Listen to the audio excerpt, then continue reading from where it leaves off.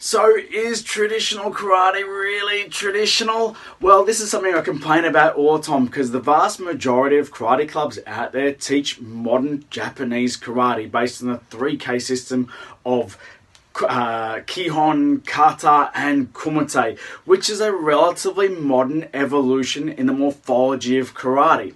And believe me, it affects karate to its very, very, very core because what they do, how they teach it, and indeed the entire goals for their students and what their students are going to training are based in modern practices that are traceably exceptionally modern. And the problem is that in spite of having distinctively modern practices, most clubs choose to call themselves traditional. Now, that may just be out of ignorance because I remember when I first started learning karate, my instructors told me what you're learning is traditional karate. And I went, sure thing, I believe you, because they had awesome fast reverse punches and they seem to be really amazing experts at this karate thing. So they must know what they're talking about. But if you do your research, as I did, from how I found out, hey, well actually, doing kata like this that's a really modern thing. Doing points fighting is really, really, really modern. So I discovered that what I was learning was modern Japanese karate and not really traditional at all, not even in its purpose. And also too, from here, there are plenty of karate instructors out there who, not out of ignorance, they've done their research. They know goddamn well about karate's history and how what they're practicing is a very, very modern aspect, very, very modern practices in karate, but they choose to call themselves traditional anyway because somehow that makes them sound more authentic. Or from here, it allows them to use that word traditional as a shield so they can say, oh, it doesn't matter whether I'm teaching is impractical. It doesn't matter if it doesn't work in self-defense because it's at least traditional. Or from here, don't ask questions, it's beyond questions. I can't change it from here because it is traditional. Well, actually, it's not at all. So, in order to explain a little bit more about, let me explain a couple of things about modern and traditional. First of all, karate has a 600-year-odd long history, and if that's the case, if you want to call a practice in karate traditional, it better be really, really old. You can't call something that was developed at the very, very recently traditional if something's got a long history like that. And also, too, if you're practicing something and a practice in karate and you want to call it traditional, well, it's got to be different to modern. So if you want to call it traditional and then the modern practices are exactly the same as what you're calling traditional, then guess what? You're not doing traditional, you're doing modern. It's simple as that. So if your karate looks like modern karate, it has the same purpose of modern karate, then guess what? It's not traditional, it's modern. Anyway, so let me crack on with a bit of a history lesson, explain a bit more about this modern traditional thing. So, karate started off, of course, as self-defense, and certainly for at least the first 500 years of its existence, self-defense was its purpose and its original essence and reason for coming about was to teach students self-defense. And it evolved from White Crane Kung Fu and also native Okinawan wrestling. And as you would expect from something that developed from wrestling, it included throws and takedowns and clinching and locks and traps and as well as striking techniques, both long-range striking techniques and, of course, short-range striking techniques, as well as a load of dirty fighting techniques. And we know this because in the oldest record of what karate is, from here, the kata, those things all feature very, very, very heavily. From here, it's nothing like the long-range techniques that we see in modern karate today. In 1901, Anko Itosu, who is hailed as the grandfather of modern karate, not the grandfather of karate, but the grandfather of modern karate, introduced karate into the Okinawan school system. Did I say 1901? In 1901.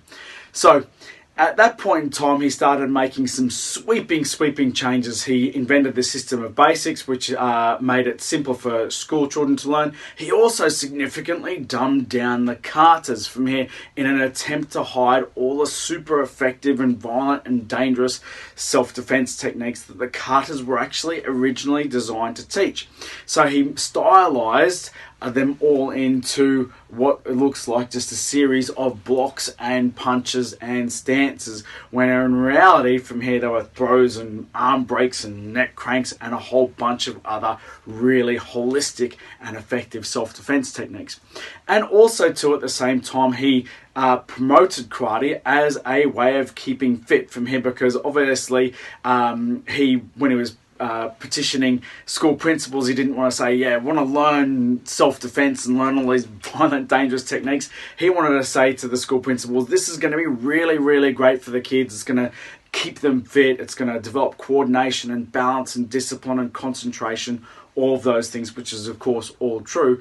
But in order to do that, he had to dumb everything down and make sure it didn't look violent or dangerous.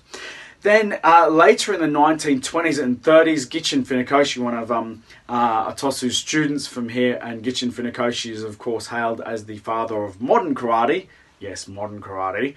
Introduced karate into Japan, and the changes kept on coming. From here, he continued to stylize the kata and make the katas less violent, less dangerous, and hide those dangerous techniques, especially so he could teach school children. He eliminated the throws from karate because the Japanese already had judo. He was also friends with the founder of judo as well, so it might have just been a nice thing. I'll cut out the throws so I don't compete with you. We don't know why, but the Japanese didn't want to see any of the throws, so he cut them out.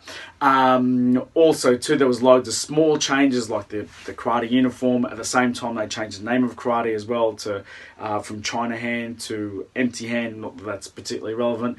They introduced one-step sparring drills and lunge punches, but the other big changes, the big changes, was they introduced sparring. Sparring was invented in that era in the 1930s, which is a really, really big and positive development in karate's modernization. And also too, probably the biggest change was the introduction of the grading system. And the grading system itself was borrowed from judo, but having grades is not some radical thing, but indeed the system of how it's taught and how you're assessed is what's really important. And of course, modern karate clubs teach and train and grade and assess people on that 3K system of Kihon, Kata, and Kumite. Now with Kihon, sure, there are some abstract techniques and some bizarre combinations sometimes, but in general, the study of Kihon and having strong foundations is a good thing.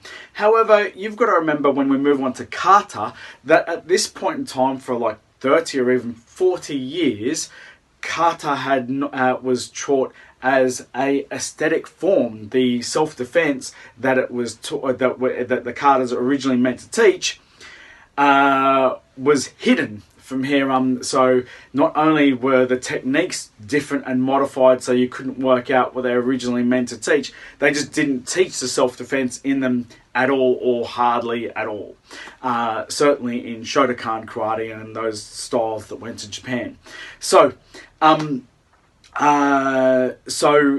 that's certainly a big change. And also Kumite from here, because in sparring they'd lost all the throws and grappling and all of that kind of stuff, and also to the super close range techniques like elbows and knees, and of course the dirty fighting was far too dangerous to practice in sparring.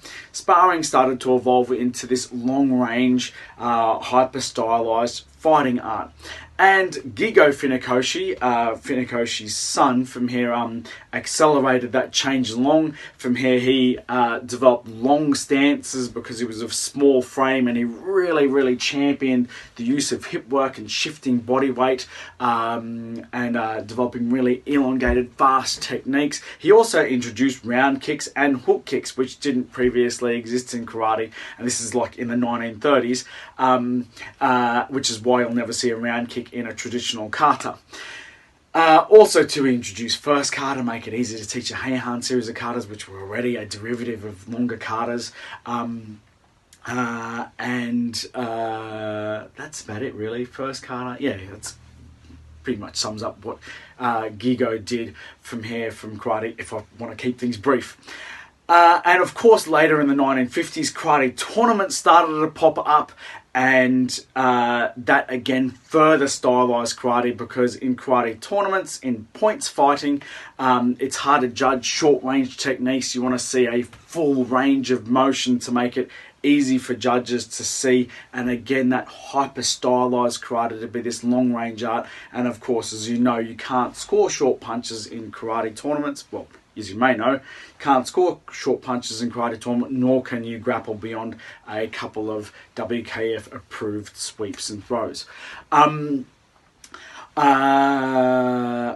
too, in the realm of kata from here, because kata was assessed just for its aesthetics in both grading and in tournament, it became a primarily aesthetic art. At best, you could say it taught principles of movement and shifting your body weight, etc., etc. But how you were assessed was how neat and how precise you did your kata, and your knowledge of the bunkai, which the whole purpose of the kata was to teach a self-defense moves through bunkai, was now lost and barely taught at all.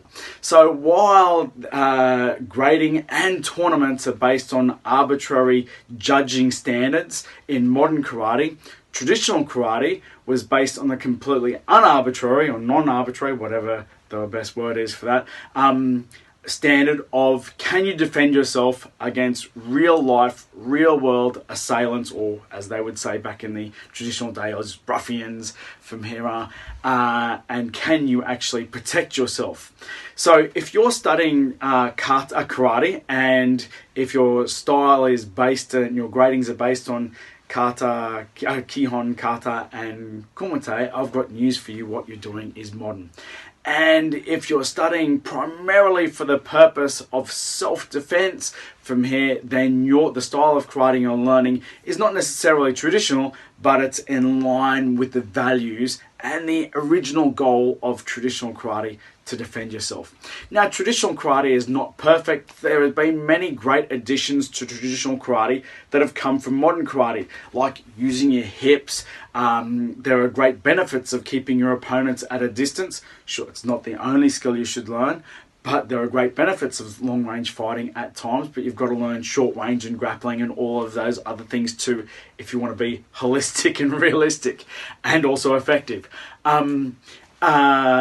And certainly, as I said, yeah, sparring's a great addition. Round kicks have been a great addition. So the old traditional ways, if you trained in karate 150 years ago, as much as their goals were very, very noble, their training methods from here were relatively limited. So a good martial artist should adopt training exercises and indeed techniques from not just modern karate, but even other styles from here up, so you can become a truly holistic martial artist and follow in the not in the footsteps of the masters, but actually seek what the masters sought. Those traditional karate, the original karate, was to learn self-defense, and we should borrow and learn the most optimal self-defense. As always, train hard, train smart, think common sense.